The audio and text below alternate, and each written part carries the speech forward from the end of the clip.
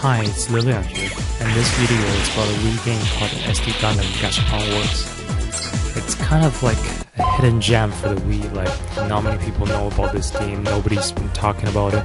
There are like 3-4 videos about this game on YouTube, and they're all about the GameCube version instead of the Wii version. And basically, at a glance, it seems like your typical board or wars tactical game like Final Fantasy Tactics or the SD Gundam G Generation. When you are engaging the enemy, though, instead of just watching a 3D animation, the actual combat will be carried out by the player in a 3D action battle, similar to that in Gundam Versus and the Another Century episode games. The map, as you can see, contains different kinds of terrain. There is about 50 different kinds of terrains that have influence over the actual combat. In the beginning of this game, as you saw, what I did there is I was editing my capsule box. There's Freedom and Destiny and Double Zeta and Gundam like that in there. And that basically is your actual deployment of the mobile suits that you will be using in this actual mission.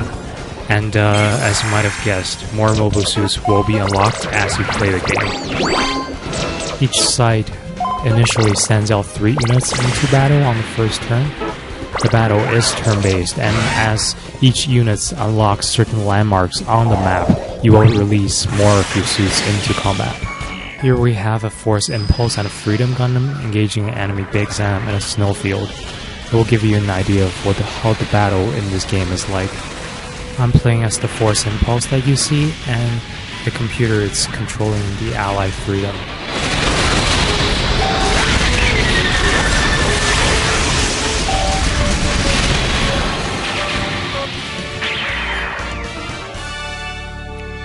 There we go, and a destroyed unit is destroyed.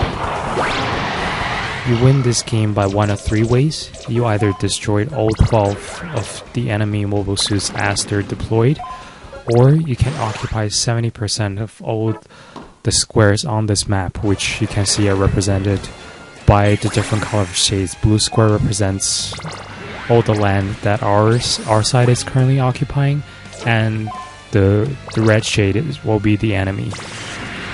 Or the third way of winning this game is by occupying the G Palace, which is kind of like the command center, as you can see in each corner.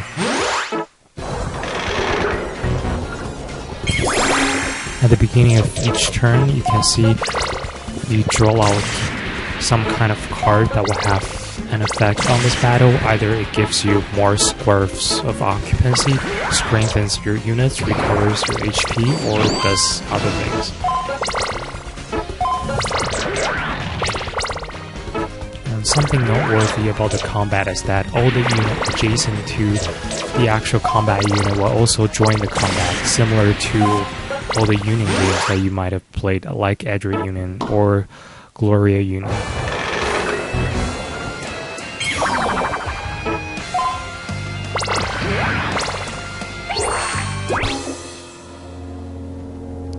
As you can see here, the enemy just ran into one of our ambush.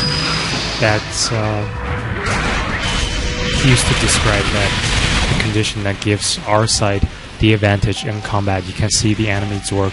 It's immobilized for the first few seconds, indicating that they have entered an ambush, which gives our side a few more seconds in advance to do some damage to this work before it gets to move.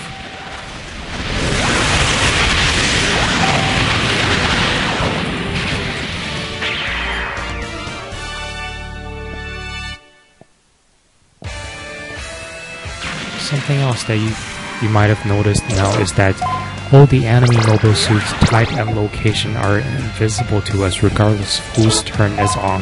And that's because this is the freedom mode of the game, which is the most difficult game mode that has a very, like fictionally, has a very dense layer of Minovsky particles, which disable you from viewing any of the enemy units. I suppose it just adds to the difficulty of the game.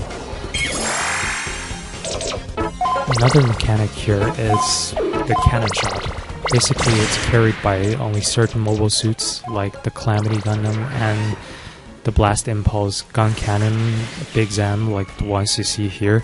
And basically, it fires a damaging shot right on the map without entering into combat to a faraway unit. That will give you an advantage before you enter the battle by reducing the enemy's HP.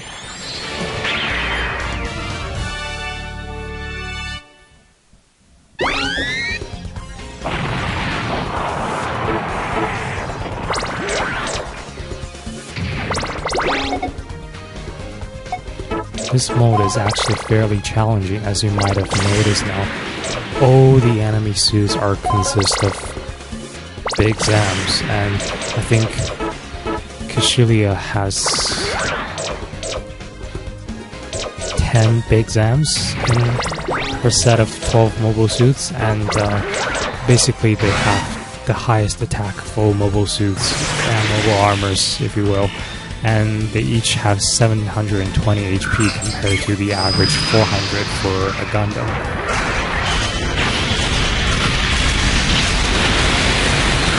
And basically you should never fight any Byg Zams alone. Like you can see here, I have 3 mobile suits up against 3 Byg Zams, and I'm barely winning.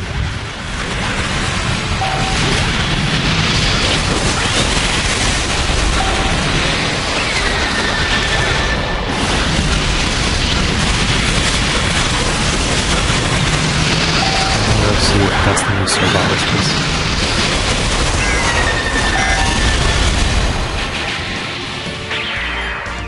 The interesting thing about this game also is that all the seed Gundam units that have a phase shift armor, you will notice that in the combat too. Like initially the phase shift will be on, that reduces the incurring damage. And after about 5 to 10 seconds in these mini battles, the phase shift will be down.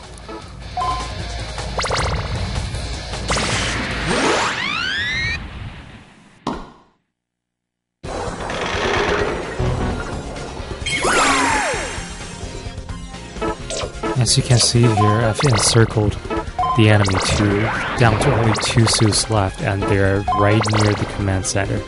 Basically, I'm gonna try to wear their HP down as much as I can with the cannon shots, and then take on the 2 suits with 3 units of my own.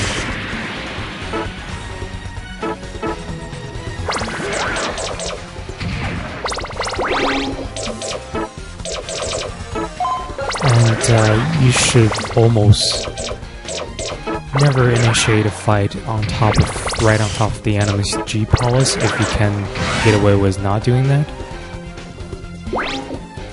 Because when you're actually fighting on the enemy G-Palace, there will be 4 missile turrets that fired shots at you that greatly increases difficulty. And you will really need a 3 versus 1 advantage to actually successfully take over the G-Palace, whereas this way I can take out the 2 enemy units on a different terrain and then occupy the empty G-Palace.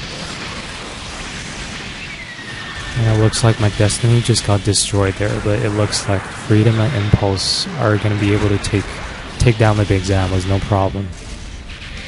And it's down.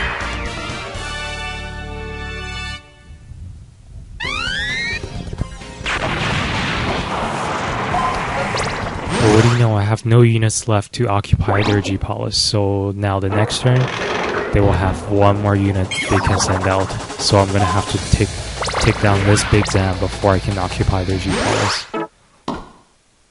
And if nothing goes wrong, this will be the last turn.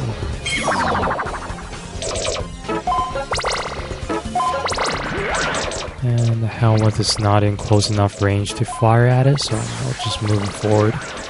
And there's the Saber Gundam, which you can see transforms into his mobile armor mode for a much further range of movement. Calamity fires, Byg Zam fires. At 280 HP. Oh, there's the Archangel. At 150 HP, I should be able to take it down with my Freedom and Force Impulse.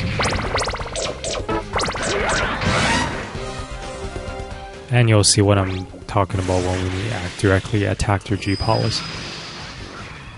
You can see in the fore corner there's going to be those cannon towers that fires cannon shots at you and really interrupt the pace of the game. And fortunately, the Byg Zam only has about 150 HP left, so it's easily taken down by my 2 Gundams.